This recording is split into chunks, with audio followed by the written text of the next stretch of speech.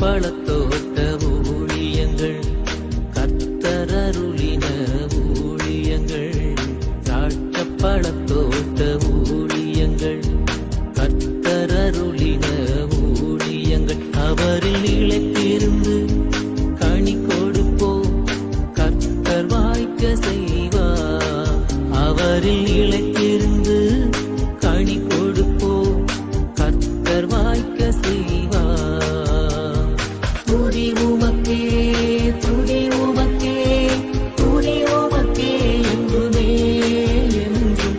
துதி உமக்கே, துதி உமக்கே, துதி உமக்கே என்றுமே என்றும்.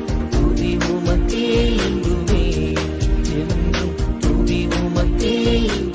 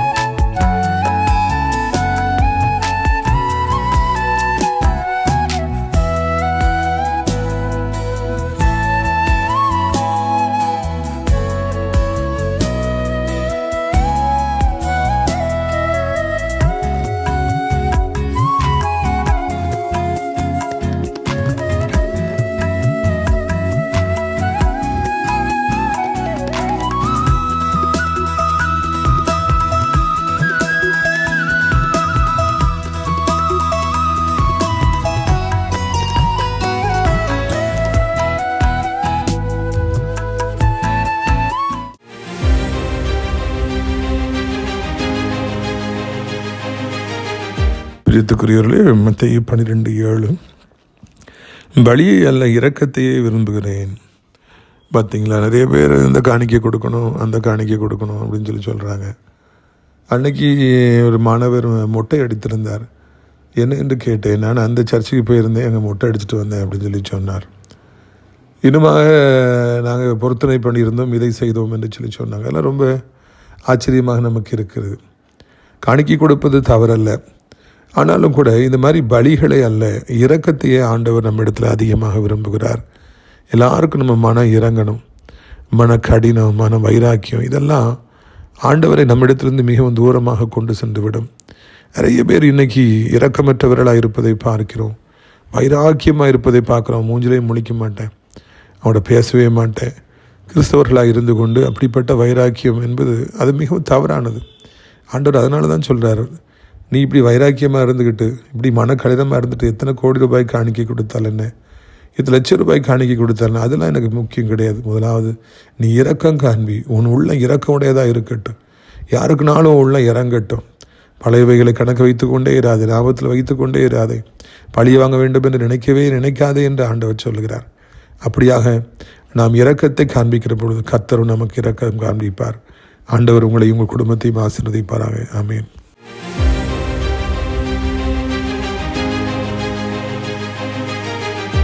சிறியவனை பொழுதிலிருந்தும் எளியவனை குப்பையிலிருந்தும் எடுத்து உயர்த்தி ராஜாக்களோடும் பிரபுக்களோடும் மந்திருக்கச் செய்கிற அருமை ஆண்டவர் இயேசு கிறிஸ்துவின் இனிதான நாமத்தினாலே இந்த சத்தத்தை கேட்கின்ற அனைத்து தேவனுடைய பிள்ளைகளுக்கும் என்னுடைய அன்பான வாழ்த்துதல்கள்.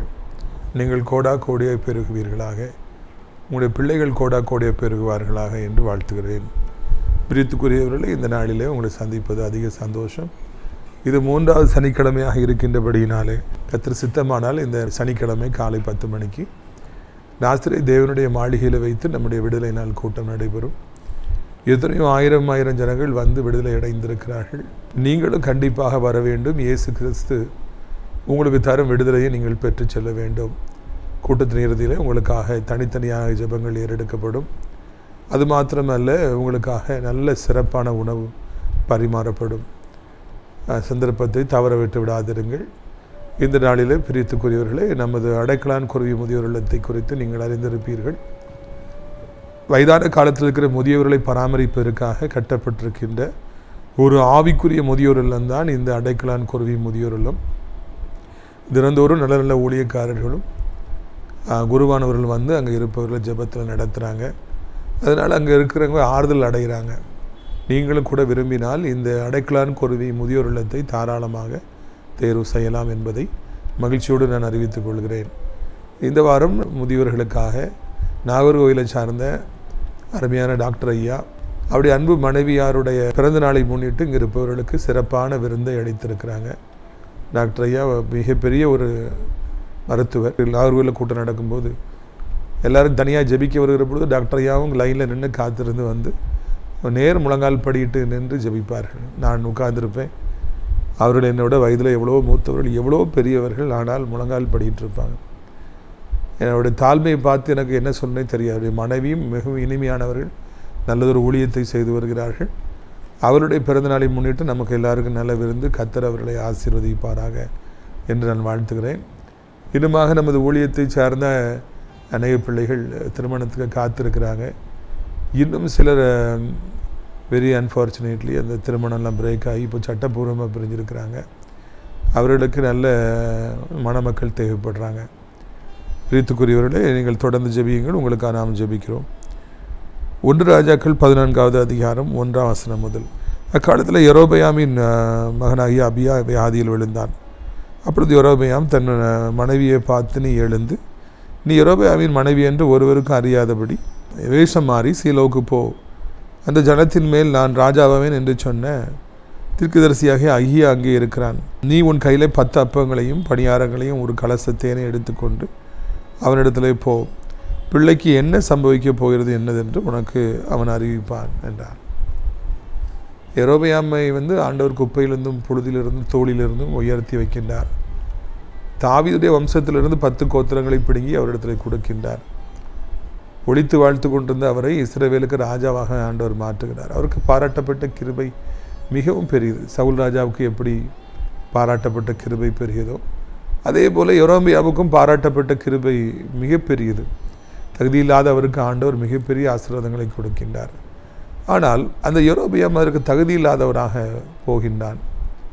கேவலம் தன் ராஜ்யபாரத்தை காப்பாற்ற வேண்டும் என்கிற ஒரு கீழ்த்தரமான எண்ணத்து நிமித்தமாக கன்றுக்குட்டிகளை அவன் செய்து வைத்து ஈனர்களை ஆசாரியர்களாய் நியமித்து, இதுதான் உங்களை எகிப்திலிருந்து காப்பாற்றி கொண்டு வந்த தெய்வம் அப்படின்னு சொல்லி ஜனங்கள் அங்கே எருசலேமுக்கு சென்று விடக்கூடாது, அங்கே சென்றால் நம்மை ராஜா பாரத்திலிருந்து தூக்கிடுவாங்கன்னு சொல்லிட்டு அவன் தெய்வத்தையே மாற்றி அங்கே ஜனங்கள் சோரம்போவதற்கு மிகப்பெரிய ஒரு வழியாக இருக்கின்றான். பதவி வெறி, நான் எப்படியாவது ராஜாவாக இருக்கணுங்கிற மாம்சத்தில் செயல்பட்டு மிகவும் கேவலமானவனாக மாறி அவன் மிகவும் தவறானபடிக்கு லட்ச ஜனங்களை தவறாக நடத்துகின்றான். அதை பற்றிலாம் அவனுக்கு கவலையே இல்லை. என்னுடைய ராஜ்யபாரம் உறுதியாக இருக்கணுங்கிறது ஒன்று தான் அவனுக்கு மிகவும் முக்கியமானதாக இருந்தது. பிரியத்துக்குரியவர்கள், இந்த யெரொபெயாமுடைய ஆவி நம்மிடத்தில் வந்துவிடாதபடிக்கு நாம் கவனமாக இருக்கணும். ஏன்னா ஏற்கனவே இந்த யெரொபெயாம் ஆவி நிறைய பேருக்குள்ளே வந்து விட்டது. தனக்கு எப்படியாவது பதவி வேண்டும் என்பதற்காக இன்றைக்கி ஜனங்கள் என்னவெல்லாமோ தவறுகளை செய்வதை காண்கிறோம். எவ்வளோ பேர் கெட்டு போனாலும் பரவாயில்லை, எவ்வளோ பேர் அழிஞ்சு போனாலும் பரவாயில்லை, எனக்கு பதவி வேண்டும், எனக்கு சேர் வேண்டும் என்று எவ்வளோ பேர்கள் இன்றைக்கு அப்படியாக போராடுவதை பார்க்கிறோம். அது மிகப்பெரிய தவறு என்பதை அவர்கள் உணராதபடிக்கு அவருடைய கண்கள் மூடப்பட்டிருக்கிறது. பதவி வெறி ஒரு மனிதனை எவ்வளவு சேதாரப்படுத்தும், கேவலமானவனாய் மாற்றும் என்பதற்கு இந்த யெரொபெயாமுடைய வாழ்க்கை ஒரு எடுத்துக்காட்டாக இருக்கின்றது. சமீபத்தில் நம்ம திருச்சபையில் அந்த எலெக்ஷன் எல்லாம் முடிந்தது. அப்பொழுது அந்த ஆட்சிக்கு வந்திருக்கிற புதிதான கட்சி யாரை கரஸ்பாண்டாக போடணும், ஒவ்வொரு ஸ்கூலுக்கும் காலேஜுக்கும் ஒரே போட்டி, நீயா நானா என்று சொல்லி அந்த பதவியில் வந்தவர்களுக்கு அநேகர் சால்வை அணிவித்து அந்த பதவிக்கு அவ்வளோ மரியாதை இருக்கிறது. பிரியத்துக்குரியவர்களே, அதையெல்லாம் பார்க்கும் பொழுது ஆச்சரியமாக இருக்கிறது. வெளியிருந்து பார்க்குறவங்க என்ன நினைப்பாங்க, இவங்க அந்த பதவிக்கு வந்ததுனால தான் இவங்களுக்கு இவ்வளோ பேர் ஷால்வை போடுறாங்க, இவ்வளோ பேர் பின்னாலே போகிறாங்க, நானும் எப்படியாவது அந்த பதவியை அடைவேன், அந்த ஆசை தூண்டப்படுகிறது. அப்போது அவங்க அதை அடைவதற்காக என்ன தவறுகளை வேண்டுமென்றாலும் செய்யலாம் என்கிற ஒரு முடிவுக்கு வராங்க. கிறிஸ்து நமக்குள்ளே இருப்பாரென்றால் நாம் பதவியை குறித்து பெரிதாக நினைக்க மாட்டோம். பதவியை ஆண்டவர் நமக்கு தாரார், அதை அவர் பார்த்துக்கிடுவார். நான் ஏன் இப்படி தவறான காரியங்களில் ஈடுபடணும்னு சொல்லிட்டு நாம் அதை பெரிதாய் நினைக்காதபடிக்கு ஊழியம் செய்வதில் நாம் கவனமாக இருப்போம். பதவி மீது ஒரு வெறி வந்துவிட்டாலே அது மிகவும் நமக்கு ஒரு ஆபத்து என்பதை நாம் புரிந்து கொள்ள வேண்டும். நல்லா ஊழியம் செய்கிற ஒருத்தர் ஒரு வேலையை செய்து கொண்டு ஊழியம் செய்கிறார். அங்கே அவருக்கு பதவி வேண்டும் என்பதற்காக அவர் கீழ்த்தரமான சில காரியங்களிலே ஈடுபடுவதை நான் சமீபத்தில் கவனித்தேன். அவர் காரில் வர்றார், நான் காரில் போகிறேன். அந்த பதவி வேணும், நான் பெரிய ஆளுங்கிற எண்ணத்தில் அவர் இருக்கிறதுனால கொஞ்சம் கூட காரை விளக்கவே இல்லை. நான் கீழே இறங்கி காரை கீழோடி போனேன். அவர் நேர் ரோட்டில் வர்றார், வழியை விட மாட்டேங்கிறார்.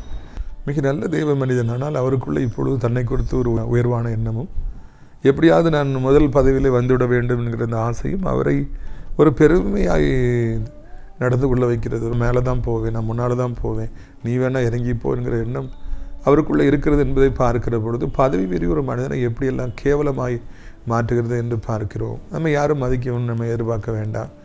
நம்ம ஆண்டவருக்காக வாழணுங்கிறதுல வைராக்கியமாக இருப்போம், ஆண்டவருக்காக ஊழியம் செய்கிறதுல வைராக்கியமாக இருப்போம். அதுதான் நல்லது.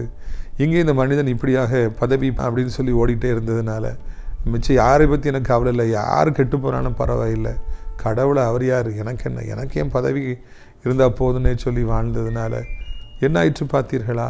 அவருடைய மகன் அங்கே வியாதியில் விழுந்தானா.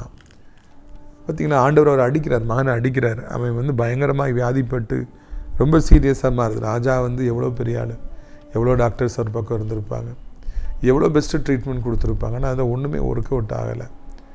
இப்படியாக அநேக ஜனங்கள் கெட்டுப்போருக்கு காரணமாக இருந்ததுனால ஆண்டவர் அபியாவை அகனப்பட்டவருடைய மகனை அடிக்கிறார். அவன் வியாதிப்பட்டு மறிக்கிற அளவுக்கு வந்துடுறான். அந்த நேரத்தில் தான் இந்த யெரொபெயாமுக்கு கடவுளுடைய ஞாபகம் வருகிறது. தன்னை இந்த நிலைமைக்கு வருவாய் என்று சொல்லி தீர்க்கதரிசனம் உரைத்த தீர்க்கதரிசியாகிய அகியாவுடைய ஞாபகம் வருது. அது வரைக்கும் கடவுளை பற்றி அவருக்கு ஞாபகமே இல்லை. அது வரைக்கும் தன்னுடைய ஆவிக்குரிய தகப்பனாகிய அந்த தீர்க்கதரிசியாகிய அகியாவை பற்றி ஞாபகமே இல்லை. இப்போ மகனுக்கு உடம்பு சரியில்லாமல் போயிடுச்சு.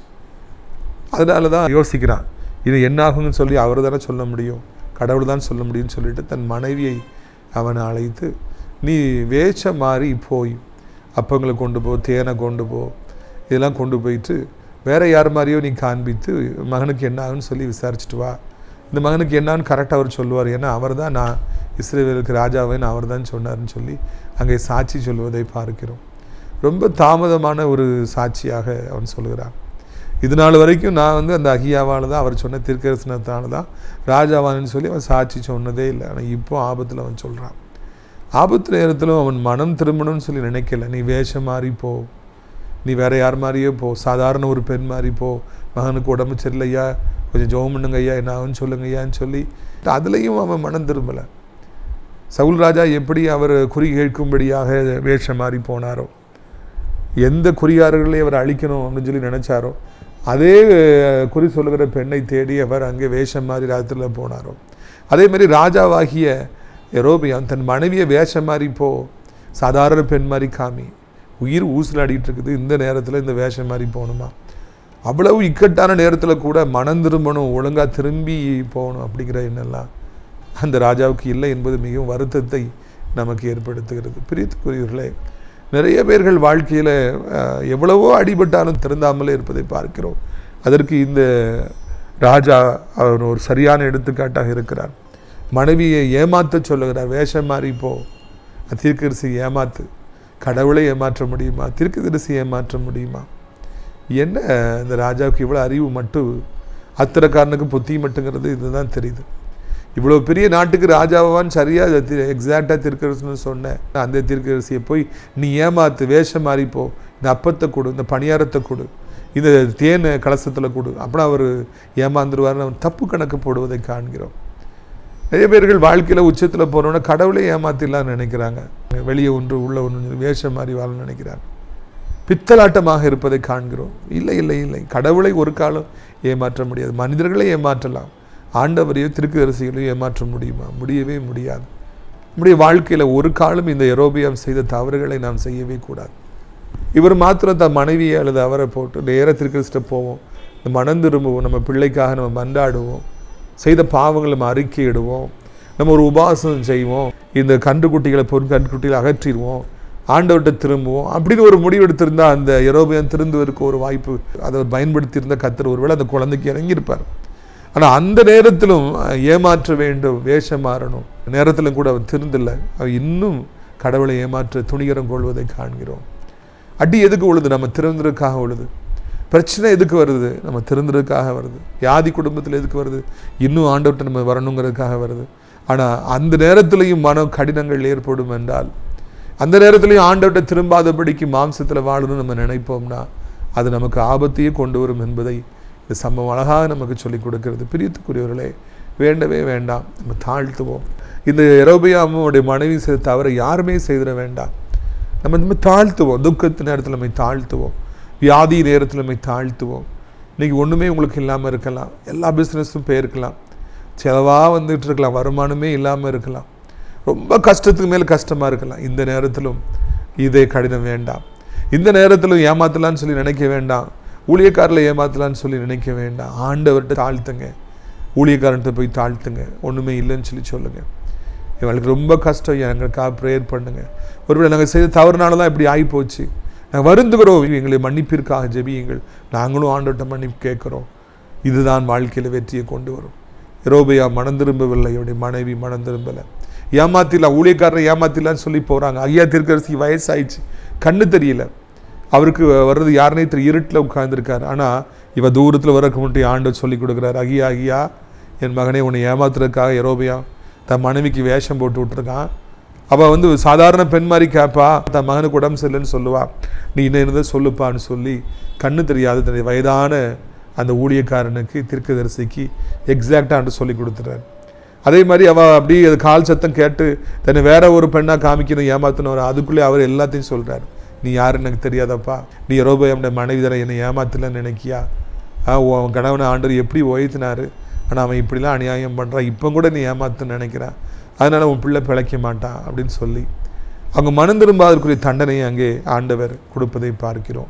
ஏமாத்தணுன்னு வந்தவா அவள் கால் சத்தம் கேட்கறதுக்குள்ள அந்த கண்ணு தெரியாத தீர்க்கதரிசி இப்படி தான் நடக்கும்னு சொல்லி அங்கே அனுப்பிவிடுவதை காண்கிறோம். பிரியத்துக்குரியவர்களே, ஏமாற்றுகிற காரியங்கள், வேஷம் போடுறதுலாம் ஒரு காலம் வெற்றி அடையவே அடையாது. வேஷம் போடுறவங்க கொஞ்ச காலம் வெற்றி அடைகிற மாதிரி இருப்பாங்க, வெளியே சிரிச்சுட்டே இருப்பாங்க, உள்ள ஓனாயாக இருப்பாங்க, சிங்கமாக இருப்பாங்க, கொள்ளுவேம்பாங்க. அதெல்லாம் அவங்க ரொம்ப நாள் நிற்க மாட்டாங்க, கதை பரிதாபமாய் முடியும். அந்த யெரொபெயாமுக்கு சந்ததியே இல்லாமல் போயிற்று, அவன் பிள்ளைகள் எல்லாரும் கொல்லப்பட்டார்கள். காரணம் என்ன? அந்தளவுக்கு அவன் பாவம் செய்தான். கடைசி வரைக்கும் யெரொபெயாம் மனம் திரும்பவே இல்லை. ஆண்டவர் எவ்வளோ எச்சரிப்பை கொடுத்த பிறகு, அடையாளங்களை காண்பித்த பிறகும் கூட அவன் திருந்தவில்லை. அவன் மாத்திரம் அன்னைக்கு மனம் திரும்பி அவன் மனைவியோடு போய் அகியாவுடைய காலில் விழுந்திருப்பார்னா ஆண்டவரை நீ மன்னியும் சொல்லியிருப்பார், நிச்சயமாக மன்னிச்சிருந்திருப்பார். ஏனென்றால் ஆண்டவர் மன்னிப்பதற்கு தயை பெறுத்தல். இன்றைக்கும் ஆண்டவர் எவரையும் மன்னிப்பதற்கு ஆயத்தமாக இருக்கிறார், புது வாழ்வு கொடுக்கறதுக்கு ஆயத்தமாக இருக்கார். ஆனால் அவரை ஏமாத்திடலாம், நம்ம அப்படி பண்ணிடலாம் இப்படி பண்ணலாம் நினச்சா அங்கே வேதனை தான் வரும். பிரியத்துக்குரியவர்களே, உங்களுடைய ஆசீர்வாதத்திற்காக நான் ஜெபிக்க முடியாது விரும்புகிறேன். கண்களை மூடுவோமா, நாம் ஜெபிக்கலாமா? அப்பா பிதாவே, இந்த நாளுக்காக நன்றி. இந்த நாளிலும் சத்தத்தை கேட்குற பிள்ளைகள் ஒவ்வொருவருக்கும் நீங்கள் உதவி செய்யுங்க, ஒவ்வொருவரையும் பலப்படுத்துங்க, ஒவ்வொருவரையும் ஸ்திரப்படுத்துங்கப்பா. ஆண்டவரே, கர்த்தரை விட்டு தூரமாகி போவதற்கு பண ஆசையும் முக்கியமாக இந்த பதவி வெறியும் காரணமாக இருக்குதுப்பா. இந்த பதவி வெறியில் எத்தனையோ பேர்கள் என்னெல்லாமோ செய்கிறாங்க, ஆனால் அவர்களுக்கு தெரியல பதவி என்பது கர்த்தர் கொடுப்பது, தானாக தேடி வரணும். அது ஒரு பெரிய காரியம் அல்ல.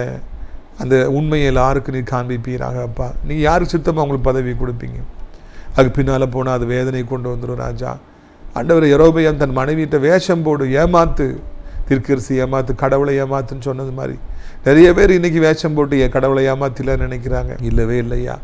எப்படியாவது தகப்பனை தாழ்த்த, துன்பத்தின் நேரத்தில் வியாதி நேரத்தில் தாழ்த்த, மன்னிப்பு கேட்க ஆண்டவரை உம்மிடத்தில் வருகிற பொழுது நிச்சயமாக நீ மன்னிப்பீர், ஏற்றுக்கொள்வீர். நன்றி அப்பா. நிறைய பேர் தகப்பனை சோத்திரம் ஐயா ஒரு டீமாக வந்து அப்படி நடக்க முடியாமல் படுத்து கிடக்கிறாங்க, உட்கார்ந்துருக்குறாங்க. நாங்கள் ரொம்ப தூரம் போகணும், நாங்கள் எவ்வளோ காரியங்களை நாங்கள் செய்யணும், ஆனால் முடியல, எங்களுக்கு முடியல என்ன சொல்லி அவங்க சொல்வதை நான் கேட்குறேன். நின்று போச்சு, நல்லா போயிட்டு இருந்த குடும்ப வாழ்க்கை நின்று போச்சு, பிஸ்னஸ் நின்று போச்சு, நல்லா போயிட்டு இருந்த ஊழியம் நின்று போச்சுன்னு சொல்லி நிறைய பேர் நிற்கிறீங்க. தொடர்ந்து போகிறதுக்கு பலன் இல்லை, தொடர்ந்து உழைப்பதற்கு பலன் இல்லை, தொடர்ந்து ஜெபிப்பதற்கு பலன் இல்லை, தொடர்ந்து வாழ்க்கையில் ஓடுவதற்கு பலன் இல்லை. நான் ரொம்ப சோர்ந்து போயிட்டேன் ஐயா, நான் மிகவும் சோர்ந்து போயிட்டேன், எனக்கு இனி ஒன்றும் செய்ய முடியாது. நிறைய பேர் படுத்து கிடக்காங்க, கூட்டம் கூட்டமாய் படுத்து கிடக்கிறாங்க. ஆண்டவர் அவர்களுக்கு பரிதபிக்கிறார். மேய்ப்பர் இல்லாத ஆடுகளைப் போல கிடக்கிற அந்த ஆடுகளை பார்த்து உங்களை பார்த்து ஆண்டவர் பரிதபிக்கிறார். எழும்பு மகனே, எழும்பு மகளே, மறுபடியும் போ, நான் உனக்கு பலன் தருவேன், உனக்கு நான் பலன் கொடுப்பேன், உன்னை ஆசீர்வதிப்பேன், மகளை உன்னை ஆசீர்வதிப்பேன் என்று ஆண்டவர் சொல்லுகிறார். சோர்ந்து போனவர்களை கர்த்தர் எழுப்புவீராக. ஜெபிக்க முடியாமல் இருப்பவர்களுக்கு ஜெபிக்க உதவி செய்வீராக. ஒரு காலத்தில் ஊழியம் செய்து இன்றைக்கு ஆண்டவரை பின்வாங்கி போயிருக்கிற மக்களுக்காக ஜெபிக்கிறோம். மறுபடியும் அவர்களை தூக்கி நிறுத்துவதற்கு நீர் உண்மை உடையவராக இருக்கிறீர் அப்பா. சோர்வுகள் ஐயா, குடும்பத்தில் சோர்வுகள், பிள்ளைகளாலே சோர்வுகள், ஃபைனான்ஸில் ரொம்ப சோர்வு, வியாதியினாலே சோர்வு, ஆண்டவர் சோர்ந்திருக்கிற பிள்ளைகள் ஒவ்வொருவரையும் கர்த்தர் தூக்கி நிறுத்துவீராக, ஆசீர்வதிப்பீராக.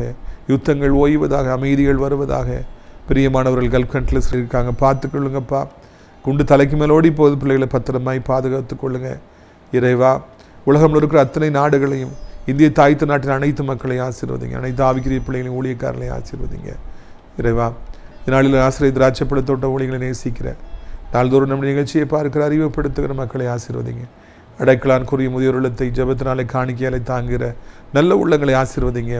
இந்த வாரம் உணவு கொடுக்குற டாக்டர் தம்பதியினரை ஆசீர்வதிங்க, மகிமைப்படுங்க. இரட்சகர் இயேசுவின் மூலமே ஜெபிக்கிறோம் எங்கள் நல்ல பிதாவே, ஆமென்.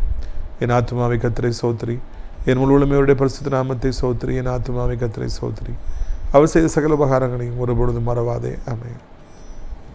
இந்த கர்த்தராகிய இயேசு கிறிஸ்துவின் கிருபையும் பிதாவாகிய தேவனுடைய அன்பும் பரிசுத்த அந்யோன்ய ஐக்கியம் விலகாத பிரசன்னம் உங்கள் அனைவரோடு இன்றைக்கு சதா காலங்களில் நினைத்திருப்பதாக. அல்லேலூயா. God bless you. ஆமென்.